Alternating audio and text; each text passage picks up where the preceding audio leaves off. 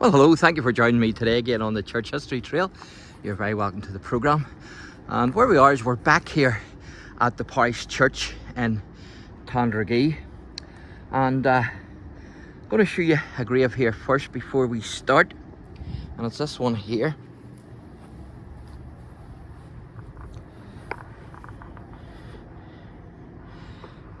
It's an 18th century grave. It says here left the body of Abigail, wife of John Whitton of TANDRAGEE, who departed this life November 1774, and also her son John as well, and he died in October 17 possibly 83 maybe. So that's the first grave. But I want to talk to you about a woman, a girl who was actually buried alive here, believe it or believe it not. Now, Henry St John of TANDRAGEE was born in July 1628, and he died on the 9th of September 1679 at TANDRAGEE Castle, which is actually in there. That building there is actually part of it. It's the other side of that wall, and it's Tito Castle. Now, it's where they make the potato crisps. But he lived there, and he was assassinated on his estate on the orders of local Rapari, or in other words, Irish guerrillas, Irish guerrilla fighters. The word also means bandits and highwaymen. And their leader was Redmond O'Hanlon. So he was assassinated. He was kidnapped, first of all, on his orders. So Sir John had been riding on his estate with a servant and the Reverend Parr, who was the vicar of TANDRAGEE back then, when he was suddenly abducted, and in an ensuing gunfight between the Raparis and the Protestant tenants of Sir John's family, Sir John was shot in the head at point blank range by one of the abductees. Now, I've videoed here before, as I say, a good while ago, because there were GA troops American troops who were stationed in TANDRAGEE during the war. Now, the St John's Vault, constructed at Ballymore Parish Church here in TANDRAGEE by Henry St John, already contained the body of his daughter, who was the first to be interred here.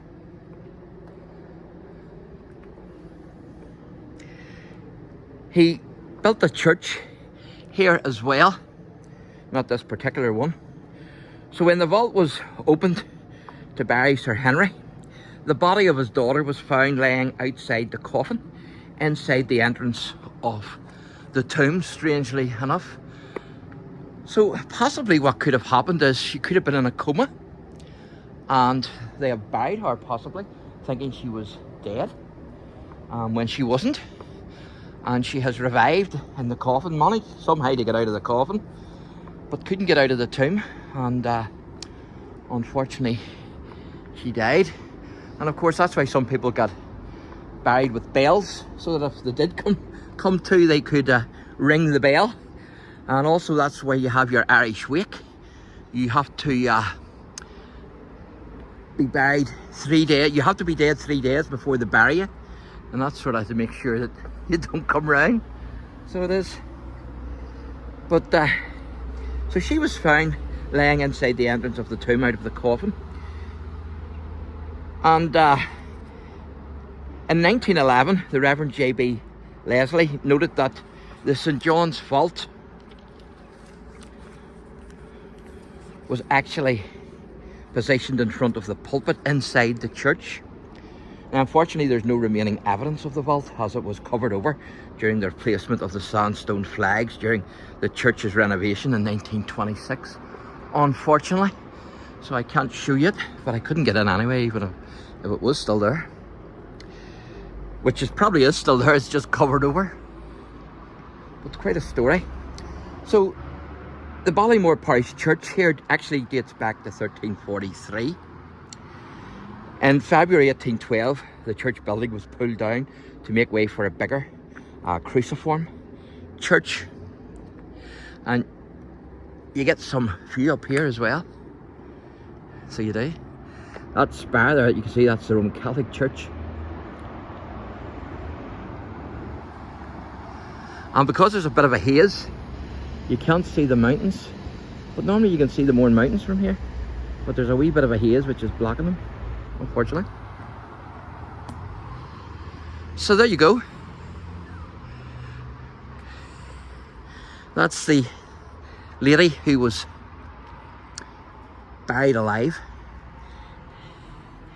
here at Ballymore Church, TANDRAGEE in County Armagh. Amazing, isn't it, when you think of it?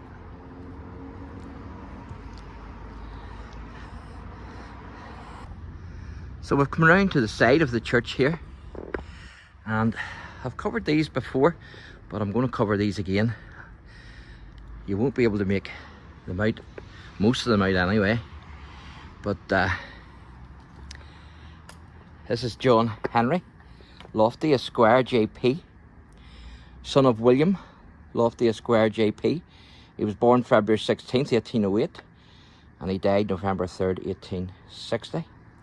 Also Jane Lofty, wife of the above, born November 30th, 1813, died September 13th, 1889. And in another video I mentioned Samuel Gibson, who fought with the 27th and Enniskillen at Waterloo. In fact, he was the last surviving veteran of Waterloo, and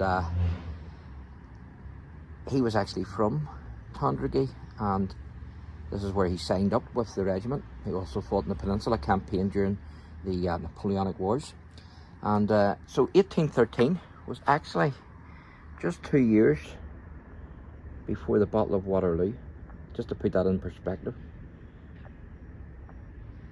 And he actually signed up with the 27th Foot in 1803, I think it was. So that's from around that period, that grave. Again, you're not going to be able to read these, unfortunately.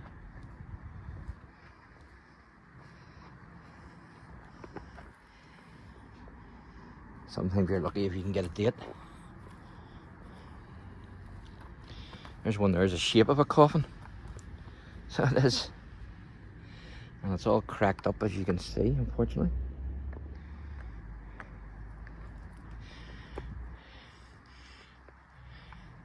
And then you have these here as well.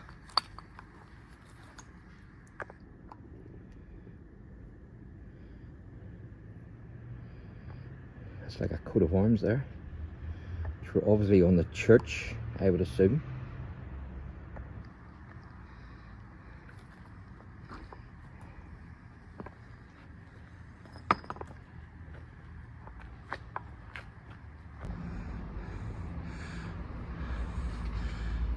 Don't know what that was for.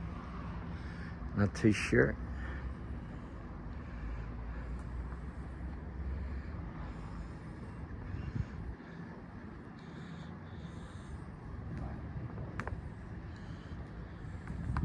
So that's us come full circle. So we have.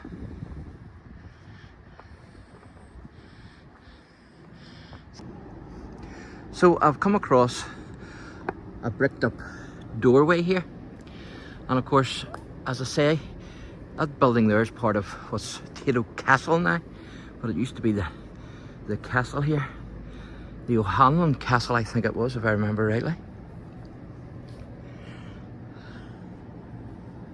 And then Henry St. John, he lived in the castle, but as you can see, there's a doorway here.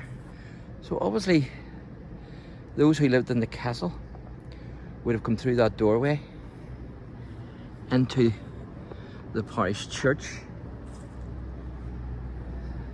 So that would be my guess. And there's no stone here which says here lies the remains of Isabel Newell, the beloved wife of Thomas Newell. And what does it say there?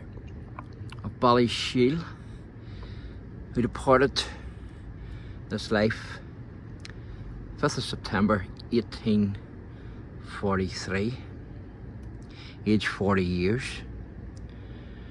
And then it goes on. But that would be my guess. The owner of the castle would have come through here.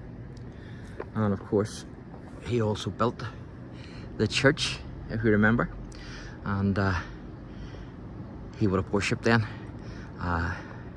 in the old church. Of course, this is a newer church, so it is.